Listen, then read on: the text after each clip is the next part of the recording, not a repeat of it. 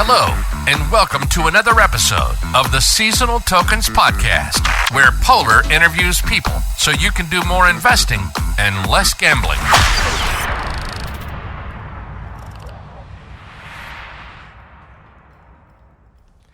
Hello everyone, it is Polar here, the CMO of Seasonal Tokens. Welcome on another episode of the Seasonal Tokens podcast. And today we have another special guest.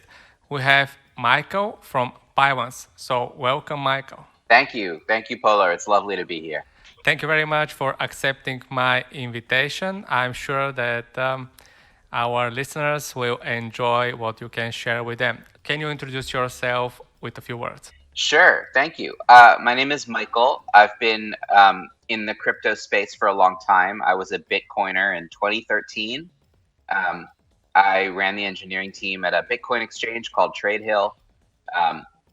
Helped build that up, and then I went bouncing through a whole bunch of projects over the last 9 years, in and out of the crypto space, building, investing, all sorts of stuff, and wound up building this project called Pylons, which is really about bridging the gap between the crypto space and the broader community.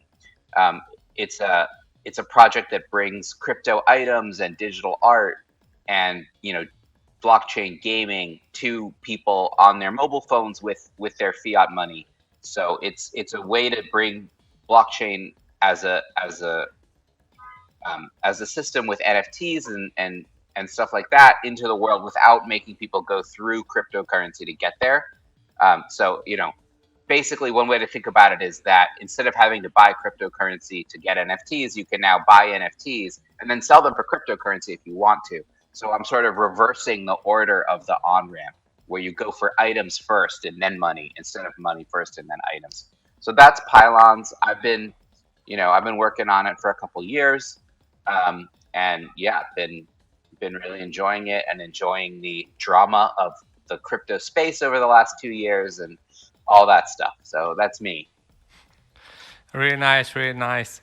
Yeah, that's why I said that I'm pretty excited to have you here, because you have a pretty solid experience in investing and also in building, and I always enjoy having such people on my podcast. And if I'm not wrong, you are currently also running some sort of a crowdfunding for Pylons. Can you say a little bit about that? Absolutely. So we're running a crowdfund on Republic. You can go there. It's republic.com/pylons, republic.com/pylons. We are raising a crowdfund for the project. But we're very much trying. This company is really trying to be very friendly in a regulatory way. We don't want to do anything that doesn't follow the rules, because we think that there's two directions you can come from. You could be way out on the Bitcoiner side and say, like, we have nothing to do with any governments, but then the other side is to say, well, we really want to be very close and just sort of move the needle a little bit and get people a little bit closer to the crypto world. And we're on the sort of like incremental side of this. So we're being very regulatory friendly. It's been a lot of work to come up with a legal way for Americans to invest in a crypto company. Everyone else is sort of trying to cut the corners or dodge things, and we just didn't do that. And so we've got a crowdfund running. It's a crowdfund for layer one, which is like a pretty new and exciting thing from my perspective. And please check it out. Republic.com/pylons. Get on the train, because this is I really believe I've been here 9 years, and this is something that I've been dreaming of for a long time. And so I'm very excited about it.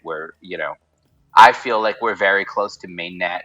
I'm like working on the upgrades, the last pieces of upgrades. It's like a very exciting time for us.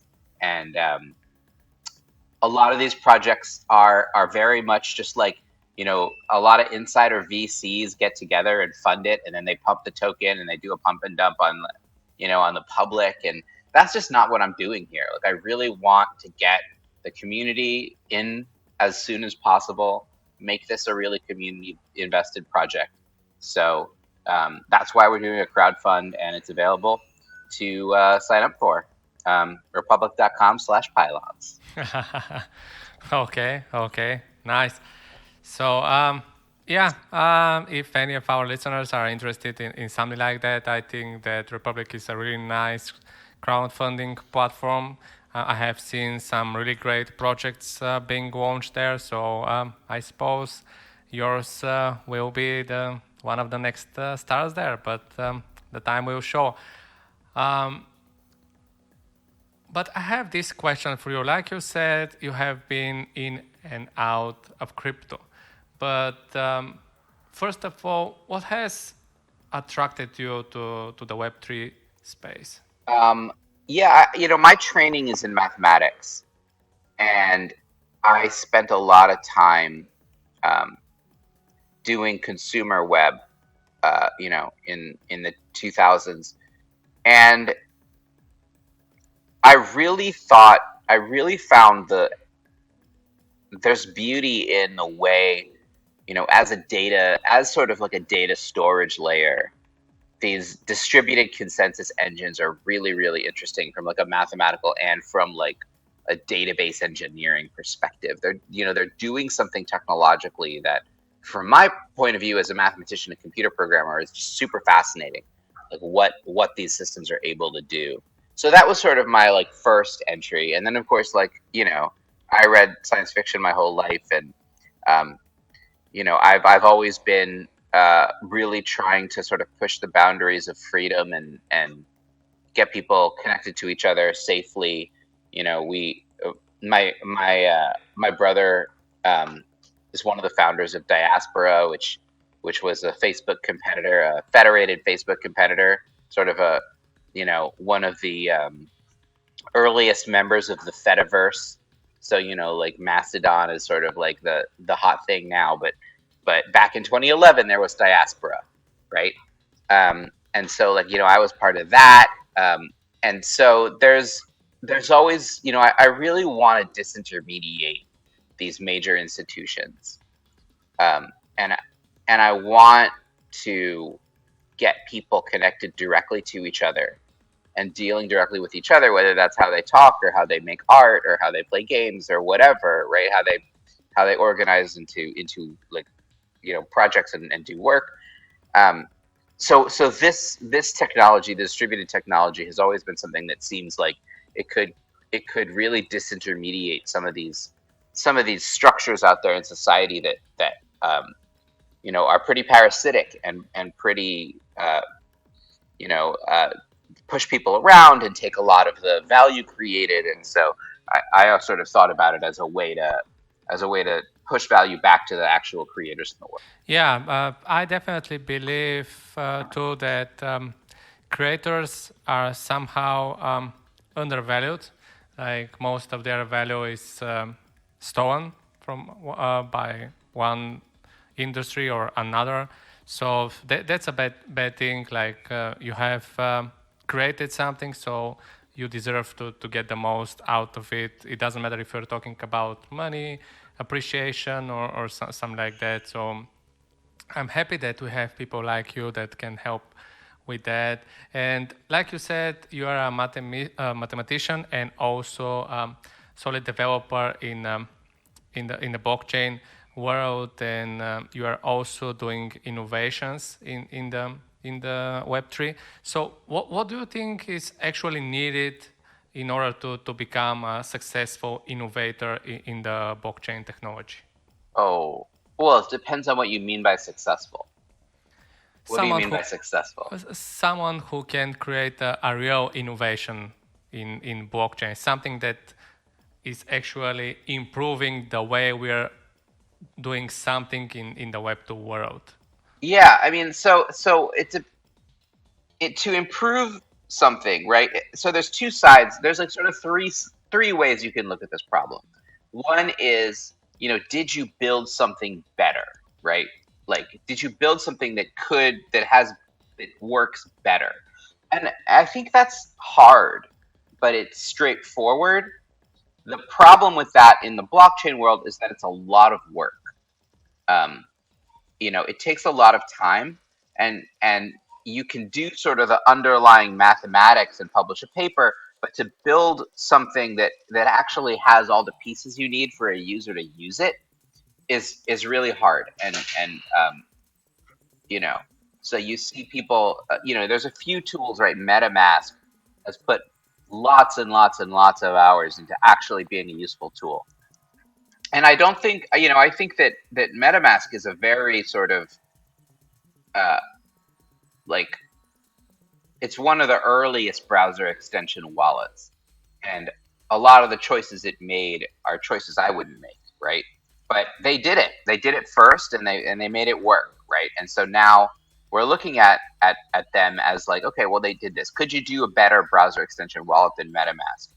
I mean, from a usability perspective, something really could exist, right? But the amount of work that it takes to build something like that is really massive, and I think that's sort of not where the investor money is mostly pointed. And so that'll be sort of, let me pivot to the second way you can be successful, right? Which is like, did you make a lot of money? Right. And I think, we're talking about sending value back to creators. I think it's important to say like, okay, well, that's one way to be successful is you made a lot of money.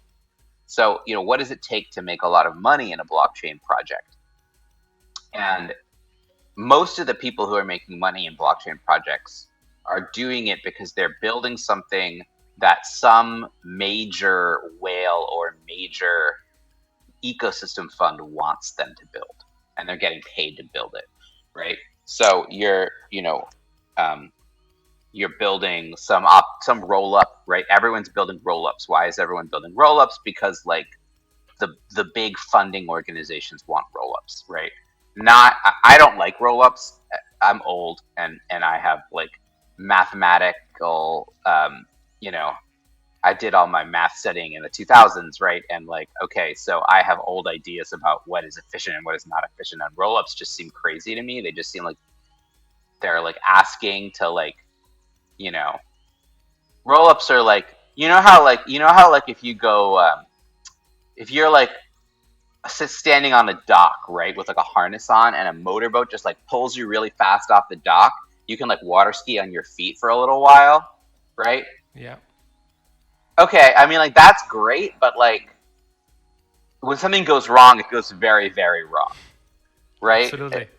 And to me, like, roll ups, there's this thing where it's like, okay, but like the complexity is gonna go somewhere, and it's gonna trip you up. And I just like I feel like I'm like an old man in a cave. Like, that's never gonna work. You're gonna find out the universe is gonna get angry at you. But that's how I feel about it. Like, something's gonna go wrong, and I can't tell you what, but I just like feel it. So anyway, but that's what everyone's getting paid to do. So that's what everyone's doing, and that's how everyone's making money, and that's another way to be successful, right? And then a third way to be successful is to get a lot of users to actually use your product. And that's certainly what I've been trying to do, is to build something that can really onboard a lot of users. And it's a struggle of its own kind, right? You don't have the large funding organizations trying to like push for deep changes, because they exist to pump their own bags. And so it's a hard thing. How do you get mass adoption? And there's not a lot out there with mass adoption. I know Lightning Network is trying to do it. El Salvador is trying to do it. There's people out there. I think Flow, right? Dapper Labs is trying to do it. They're really trying to sort of like push blockchain out to a broader community. I think all of those projects have been successful to varying degrees. I think they're all working really, really hard. I think they're putting a lot of effort in, and I think, so far there hasn't been an explosion. I think we are still waiting for that moment, where, and everyone talks about it, the next billion users, but like that is going to change everything. right? And where those next billion users show up is going to completely reshape the blockchain industry, right? Whatever they show up into is going to become blockchain, and everything that isn't what they showed up into is going to be like, oh, that was cute, right? Everything's going to suddenly look different. Yeah, absolutely. Users are the thing, if we can call it a thing, that actually change everything. Like, no matter if you're talking about a product, ecosystem, or a whole world, or a planet, or whatever you want. So, yeah, users will come. I'm pretty sure about that. And when they come, a lot of changes will happen. And due to the recent events that have happened in crypto, I suppose this is somehow probably slowing up a little bit adoption because some users are leaving the space. I don't know. I don't think so. Because I think that the investors, which I am one, which, your audience is investors, right? We are not the users that matter for the success the of the space. It's not about us in the end. The space can't survive only on investors, right? The space, in order for there to be anything worth investing in, needs to have consumers. Otherwise, we're all just sort of playing a PvP game, and eventually there's a last rug and everyone goes home, right? If there's no consumers, that's the only way it can go. So does the FTX collapse damage consumer confidence? First of all, it almost seems like no. This is a real surprise to me. I've been talking to people about this over the last week, and you're really seeing out there in this idea that everyone's been pushing, that not your keys, not your coins, and crypto's not about the institutions, crypto's about self-custody, and this wasn't crypto failing, this was just another bank. It's weird, but I think people really understand that. I was not expecting that, but people really understand that FTX failed, but FTX isn't crypto, right? That Bitcoin didn't fail, FTX failed. And that is a level of sophistication that we didn't see in the previous cycles, where people would be like, oh, this thing went wrong, Bitcoin is gone, right? Mt. Gox failed, so Bitcoin is dead. Everybody felt that way outside, right? Who even knew what Bitcoin was. But that's not happening. Everybody understands that FTX is not Bitcoin, and FTX failing does not bring down Bitcoin. I think that's really, really good. That's a really good sign. It means that people are beginning to understand what crypto is and why it's more resilient. And I think that's really cool. But it doesn't make them users, right? And them buying Bitcoin doesn't make them real users either, right? Now, them spending money in Bitcoin on a day-by-day basis, or spending money in any token you want on a day-by-day basis, that's real use. That makes them users. But almost nobody does that, right? And now Lightning's trying to change that, right? But they haven't made a huge dent at a population scale. I'm working on it from another angle. I'm trying to get people to buy and sell art on the internet on a day-by-day basis. Buy and sell digital art, and I wanna bring in massive numbers of people in a way where it's just oh, I drew a cartoon, here, buy it from me for $1, right? That's my attempt to bring in a group of people that is not here to invest and see number go up, right? But a group of people that's here to interact with other people, to buy and sell art, to play games.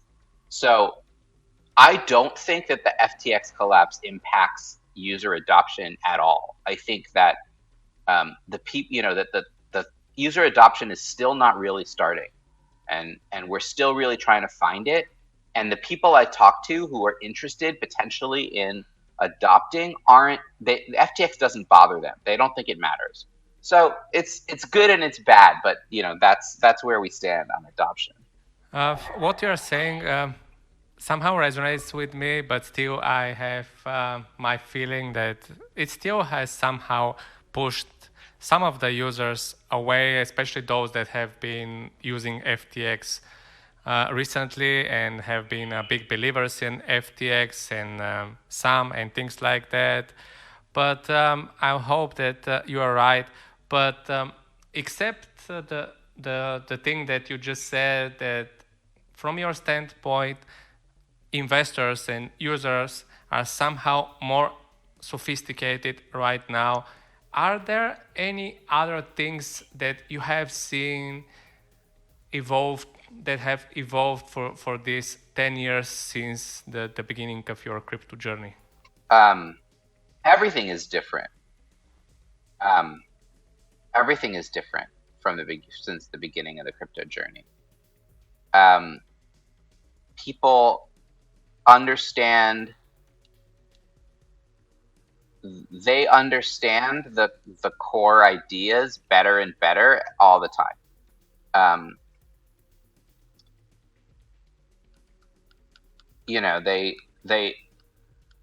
These stories that make a difference to how people understand Bitcoin and crypto. So one of the most powerful stories is that guy in like London who like threw away his computer, right, and had like keys to 1,000 Bitcoin on his hard drive, and so he's like hired people to dig through the landfill because it's worth it to like try to get $16 million back, right? And it's stories like that where people, because what's carried in that story is, okay, well, the hard drive is really the only way to access it, right? There isn't a bank that can recover it for you. And nobody understands that until you tell them that there's a guy trying to dig through a landfill, right? People don't get it until you give them some like dramatic story. And those stories have happened over the last decade.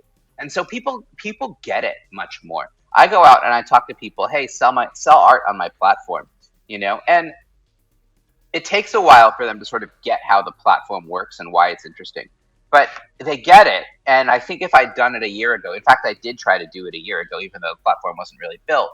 The difference in the response of artists this year and even last year and certainly 2 years ago is totally different, right? Artists are like, oh yeah, digital prints, that makes sense, right? And 2 years ago, they would be like, digital prints, what is that? That's not real. No one's going to pay for that. I don't want to, look stupid, right? So it's really happening.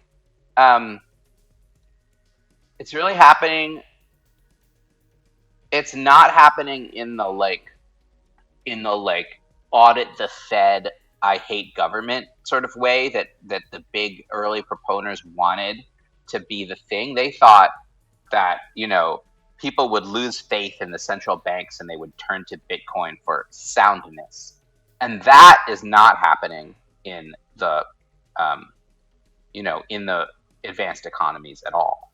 Nobody thinks that Bitcoin is sound money. I mean, not nobody. The population of the advanced economies do not think that Bitcoin is sound money. They think Bitcoin is a speculative, wildly risky investment, right? But they understand it better. And certainly there are places where the governments are sufficiently unstable that Bitcoin is a better sound money than the local currency, and those places are slowly starting to figure that out.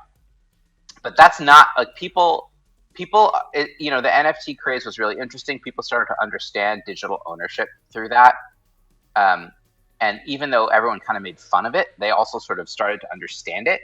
Whereas like before everyone was making fun of NFTs all day, nobody understood how NFTs worked. And now that everyone is dunking on NFTs all day, people actually understand what NFTs are, right? Everyone's like, ha ha ha, it's like you don't even own the art. You like own a receipt to the art that like you had to like burn a forest down to make the receipt, and you own that.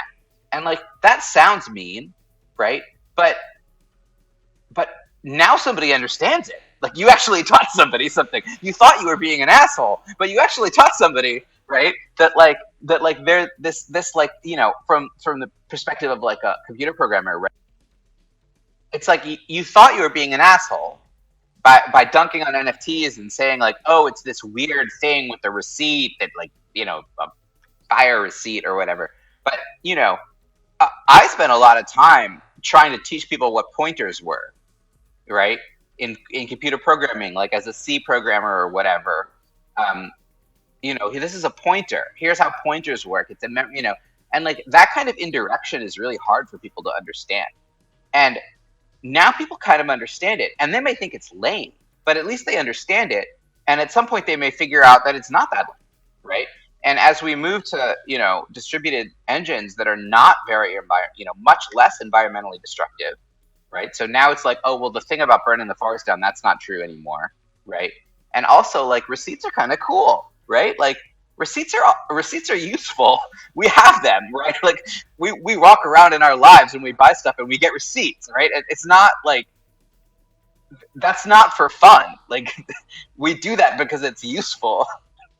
It sucks, right? You're carrying around all these pieces of paper and it's kind of annoying, right? But like, actually we do that because it turns out that it's really useful. And so, having receipts for stuff that like point to what you did, that's important. And so people have taught, people understand now, right? Okay, what's the difference? Like, obviously, like, you can't own data in any meaningful way, right? Everyone has sort of been through the information wants to be free thing. But you can set a pointer that says, like, this picture is doesn't belongs to maybe, but points to me, right? Hey, this is me, and I paid money to have this piece of art point at me and say, like, this is my favorite person. And that's going to turn out to be really cool, and people are going to come around to thinking that's cool. As sort of the pump and dump stuff fades away and the environmental stuff gets dealt with, people are going to think it's cool to, like, have your name on a plaque on a piece of art in a museum. That's basically the same thing, right? People dunk on NFTs, but actually having your name on a plaque at the Met under a piece of art that you paid for, but then it's in the Met, people think that's cool, and that's the same thing. So we'll see. What was I saying? Why am I saying this? Oh yeah, crypto adoption. Yeah, it's happening. It's happening. It's taking a long time. All the OGs were all like, this is going to take 20 years, and it's taken 20 years, and like that's going to be how it is. So I don't know. I think we're on track. Yeah, we're on track. Everything is going according to plan. Yeah, we just have to figure out who has written this plan, but I don't think that that's very important in the end. So I'm sure that during your career for these 10 years, you have heard many misconceptions and also myths about crypto. What are the most common ones that you still hear today? Misconceptions about crypto. Yeah, and myths. Yeah. The biggest one that I hear still is this idea that, like, crypto is for money laundering, which it isn't, right? At all. There's definitely a use case for, like, buying drugs, right? Like, but that's different than money laundering. That's the biggest misconception, is people think that like the crypto economy is like a criminal economy, which is insane to me, because like the actual economy is a criminal economy, right? Like, you look at an institution like HSBC, they built deposit windows to the specifications of the drug cartels for the cash boxes of the drug cartels, so that the cartels could drop off cash effectively and get it into their accounts, right? This is one of the biggest banks in the world, and they like designed their business around laundering drug money, and like they got a little fine. It was a little fine. It was a cute little, adorable little fine, right? Like, and you look at what, Wells Fargo just openly steals from the poor people of the United States, just openly, right? Like, makes them fake accounts and then charges them fees, right? Like, they, if you look at their financials, like huge chunks of their revenue comes from like overdraft fees, right? So they're taking all of their money from people who have no money. Deutsche Bank is like just completely laundering money for like the Russian oligarchs. That's like what they do, right? Like into the New York real estate or whatever. The major financial institutions are openly facilitating money laundering all the time and at a scale that is larger than all of crypto, right? And so the idea that like crypto is interesting to like a money launderer just doesn't make any sense. Not because like theoretically it couldn't be, but because you don't need it, because the existing institutions are so welcoming to money laundering. So that's the biggest misconception that I sort of have to talk about with people, right? Which is just like, that's just not what this is for. Like, it just isn't that. Yeah. Yeah, absolutely. But the thing is that what you're saying, the facts that you just mentioned, are something that I don't think that most of the people that have this misconception about crypto know about. So probably this is one of the reasons. And at the same time, we know that the market cap of crypto is much less than the money that are going through actually these wandering systems and ecosystems that you just mentioned. So it is almost impossible this to happen in the end. And there are also some other facts about blockchain that most of the people don't know about that make them believe that this is even possible. So we talked a little bit about the issues that the current crypto space is facing, but what do you think are the other biggest obstacles right now in front of the current crypto world? Yeah.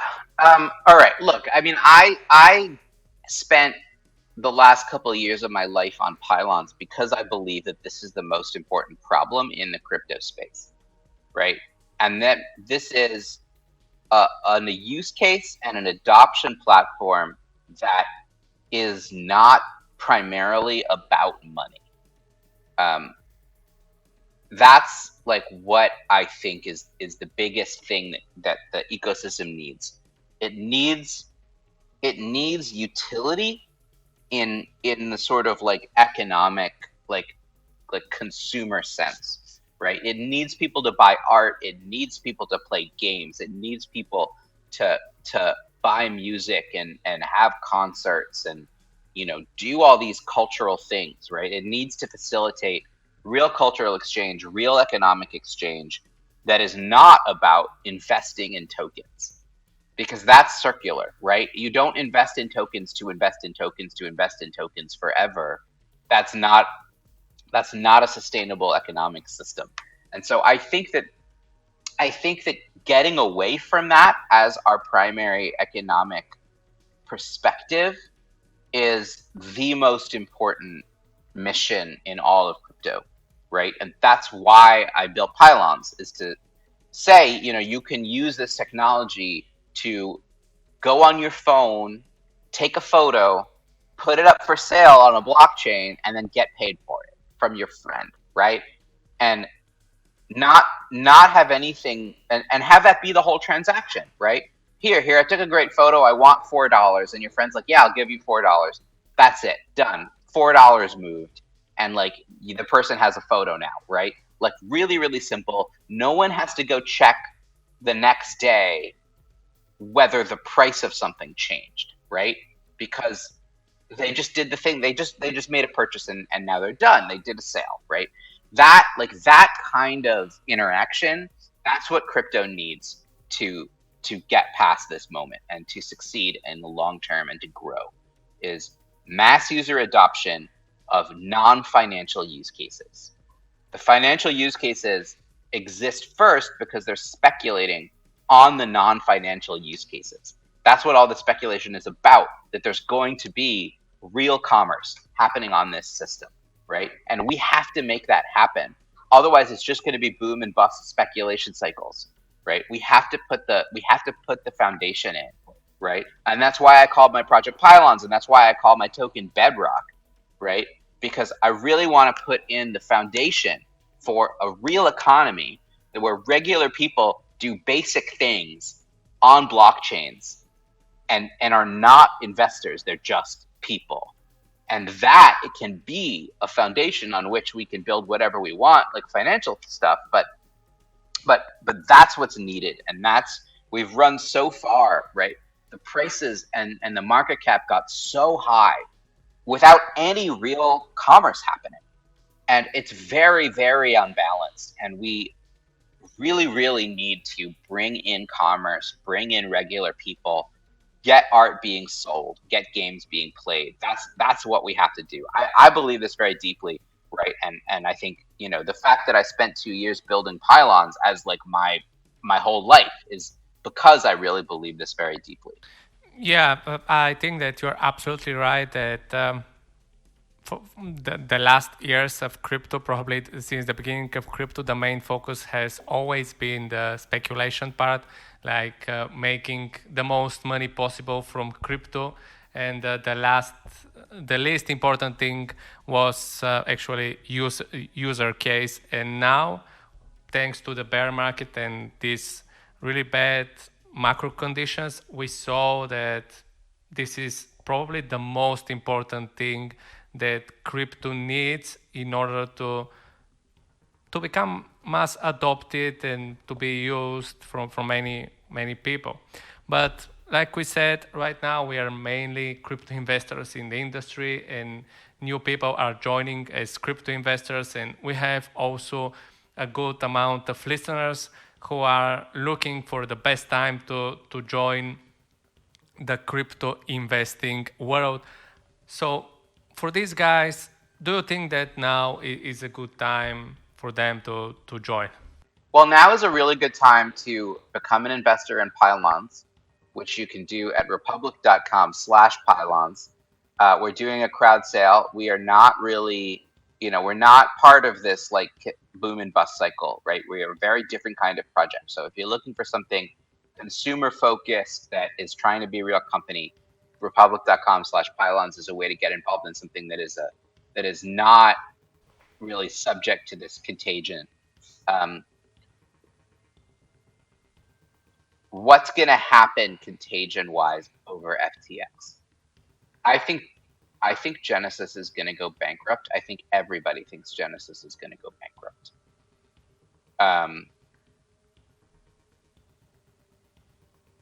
What that's going to mean is that everyone on basically any exchange who's trying to earn yield, right?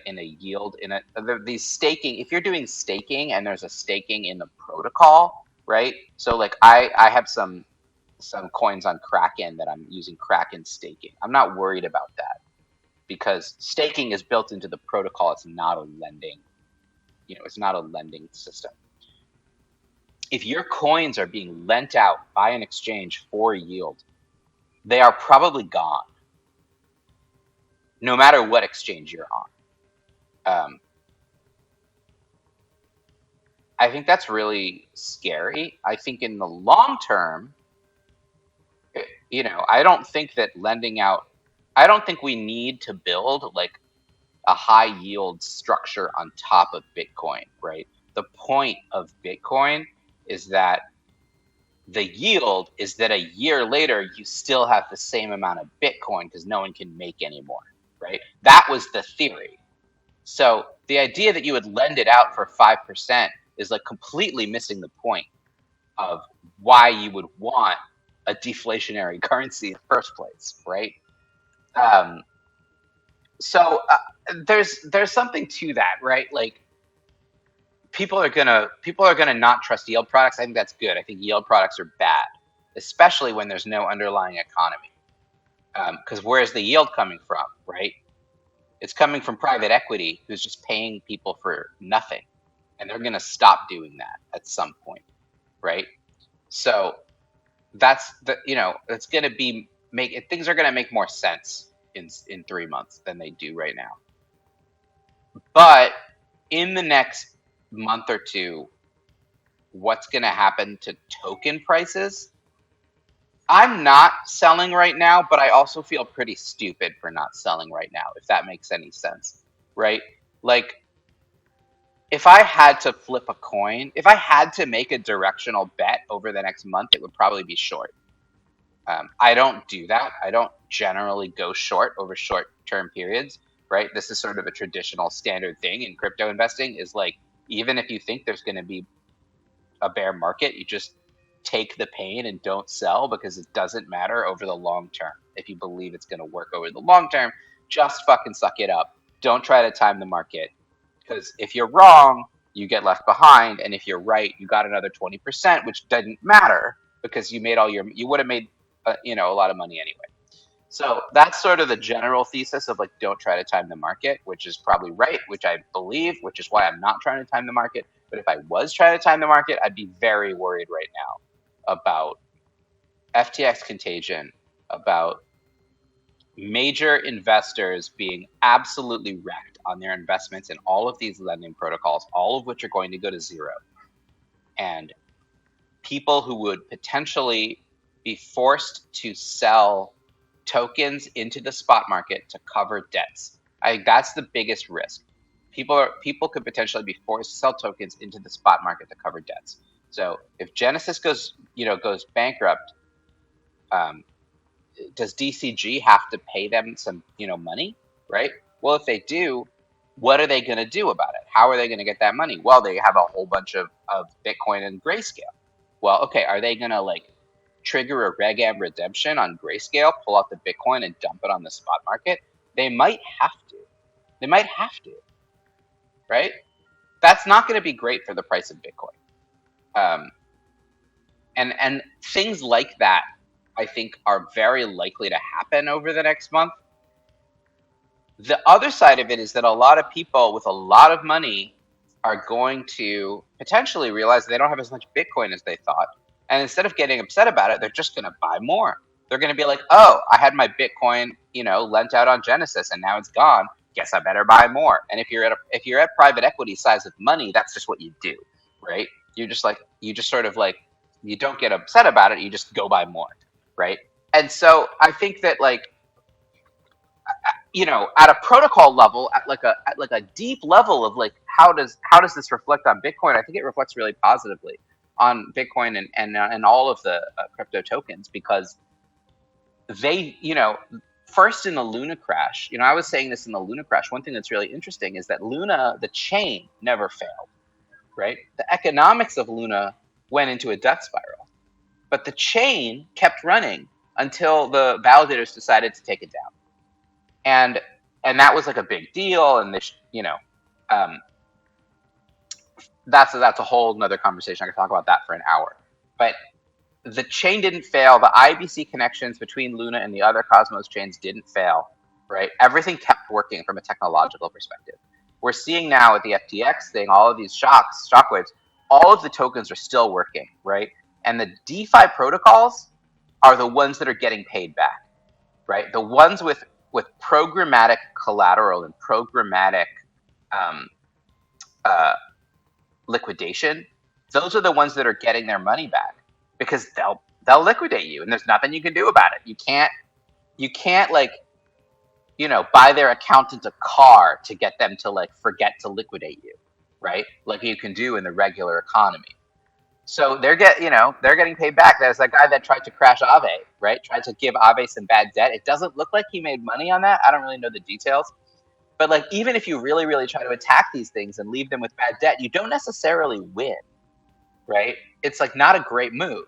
So the DeFi protocols have stood up really well. The tokens have stood up really well technologically. And I think people understand that. So I don't know. I'm long-term bullish. I think it's a good shakeout. It's an important shakeout. But the immediate bear case of major institutions with massive debts that they can only pay by dumping on spot is really strong. It's really strong in my opinion. And you should be really careful over the next few months because right now we don't know, and everyone's hoping that CZ will write them a check so they don't have to dump. And that's basically what the Binance Recovery Fund is hey, I'll write you a check so that you don't have to dump tokens, right? But we don't know how it's going to play out. We just don't know.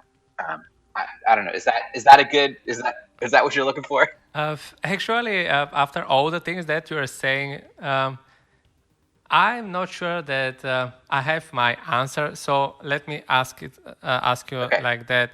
Right now, it's a better time to study more, read more, and prepare more before I jump into the market and start investing in crypto tokens. I always tell people the best way to learn is to buy.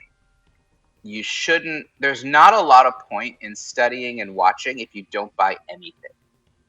Because you also need to learn about your own brain and its reaction to making money and to losing money, even on paper, right? Like you need to learn how often are you going to check your portfolio, right? If you buy $100 of tokens, how often are you going to check it? If you buy $1,000, how often are you going to check it? How much do you care, right? How does it make you feel when stuff goes up and down? You need to learn that about yourself.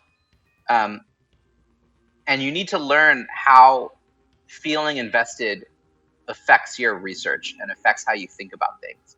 So I would say, if you don't own any crypto, you should buy some crypto.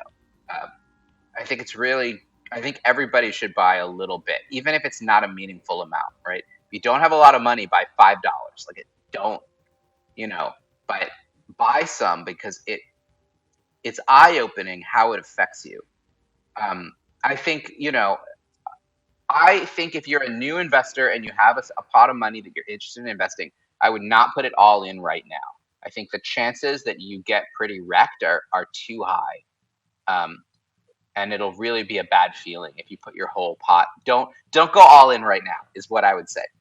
It's interesting. It's worthwhile going in a little bit, and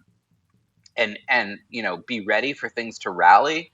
Be ready for sort of if all this stuff works itself out, you probably want to get in pretty fast because I think things will take off really fast. If once the contagion shakes out, but you also you'll feel really good if you time the market better, right? If you get in with a little bit, the goal is get in with a little bit, watch what's happening, watch all this stuff, right? You can feel sorry for people like me who already have a lot in and are getting demolished when all the loans get called and all everyone dumps their tokens on spot. And then after that happens, then you can buy it up, right? And laugh at it and laugh.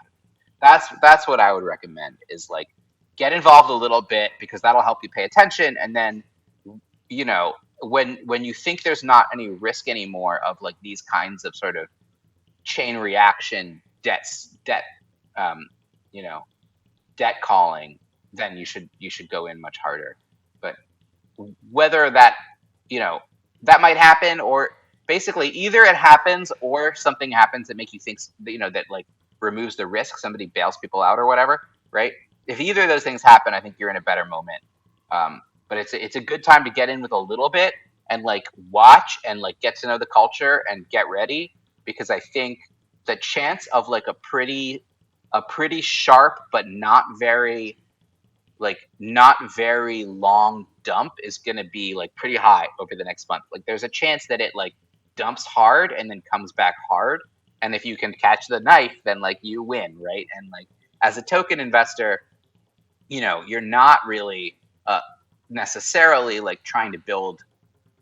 It's a very different attitude from a builder, and like it really is to a large extent about catching the knife and selling the bubble, right? So you know that I would say that if there's gonna be like a knife, like a super big red candle followed by a super big green candle, that'll be like sometime in the next month, and like be ready. It might not happen, but it also might happen.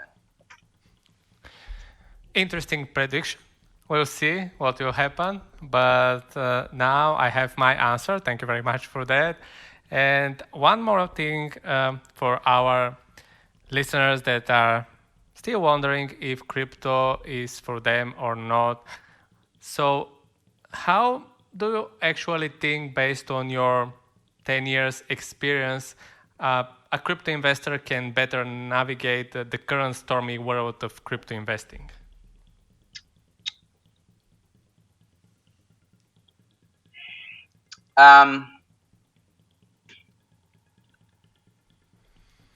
It's the current how to navigate the world of crypto investing. Having a thesis is important.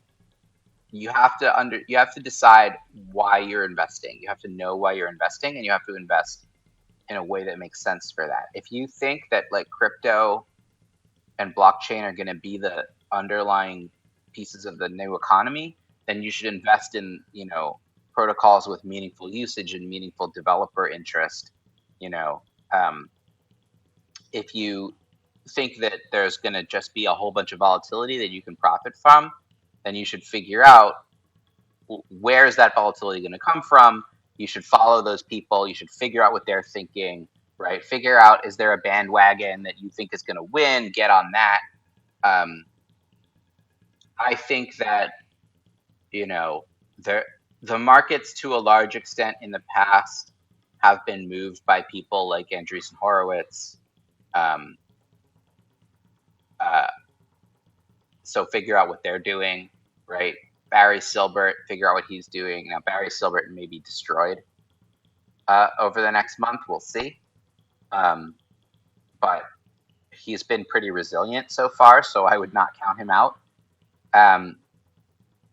But I think there's definitely like crypto investing. There's sort of two ways to look at it. One, are you speculating on a new future economy? In which case, what is your technological prediction? Get behind that, buy tokens, and then forget that you did it and don't ever worry about it, because you'll just destroy yourself looking, and just, come look again in 5 years and see what happened, right? That's number one. Number two is like you're involved in some kind of like PvP, like, day trading war. And you need to understand like what moves the markets, who moves the markets, right? Who's doing what that makes these numbers move every day, and try to get a sense of who they are and what they want and what they're doing, because that's how people make money. Is they understand who's doing what and why, and how that moves the tokens. Because on a day-to-day level, they don't move because of anything to do with technology. They move because of things to do with like large investors making moves. And if you know what those investors are and what they want and what they might do, then you can benefit from that. And if you try to day trade based on the quality of the underlying technology, you're not going to do well, because the quality of underlying technology takes years and years to play out, and it just isn't reflected in the day-by-day price. Yeah, absolutely. But the thing is that we have talked with many guests that the crypto space right now is missing a lot on the patient side of things. So, like you said, great projects need time to develop. So we can't expect something that can be that innovative, that life-changing, can take a week or two or even a month or two. Like you said, you have spent 2 years developing your project, and it's still even not live today. So it's obvious that it is live. It's just not mainnet. But the testnet has real money. You can buy and sell art for real money on the testnet. The product is live. The product is live. It's just we haven't sort of released the final token to investors. We haven't sort of let the project go as its own chain into the wild yet, which we're going to do very soon. But it is live. It does work, and you should come invest in it. Everyone should come and buy a piece. I think we've done something that is really, really unique. What we've done with the mobile wallet, what we've done with the smart contracting language, the way we've made art sales accessible to regular people there's nothing like it. There's nothing like it in the world right now. So nice. Come and get a piece. I'll definitely check it more deeply, but like I said, this I meant like the publishing the mainnet, but it's not that important. Before we finish, I have one very important question for you that I ask all of my guests, and it is like the main characteristic of our podcast, and it is like, how do you think a crypto investor can do more investing rather than gambling in crypto? Well, invest in Pylons. That's the immediate answer. Go to republic.com/Pylons. That's where the real investing happens. And more investing rather than gambling. Yeah. Um, there are some projects out there that I really like that are doing things that are moving the needle in ways that are sort of not part of the big narrative. So, like, one of the projects that I actually don't own any right now, but one of the projects I keep an eye on is Near, and they just released this thing about like programmable sort of proto wallets for onboarding new users, which is a cool idea. It's something similar. We have our own system for doing something similar because onboarding is a really hard problem. But they're solving a real problem, right? It's really interesting. You should. That's a really good signal. That was a signal for me. Oh, this is interesting. I should be paying attention because they're solving something that matters, not something that that is like designed necessarily to move the price, right? Like no one's like the investors aren't out there saying like, oh, we need like programmable stub wallets for like new users to try things, right? Investors are like they want like big DeFi projects and like large TVL and like all of this like financialized stuff, which I think is actually not that important. And what is important is new users. And so like, look for projects that are doing stuff that is not like big numbers stuff, but is like moving the ball towards a future economy that makes sense. And to do that, you have to decide like what makes sense about a future economy, right? Like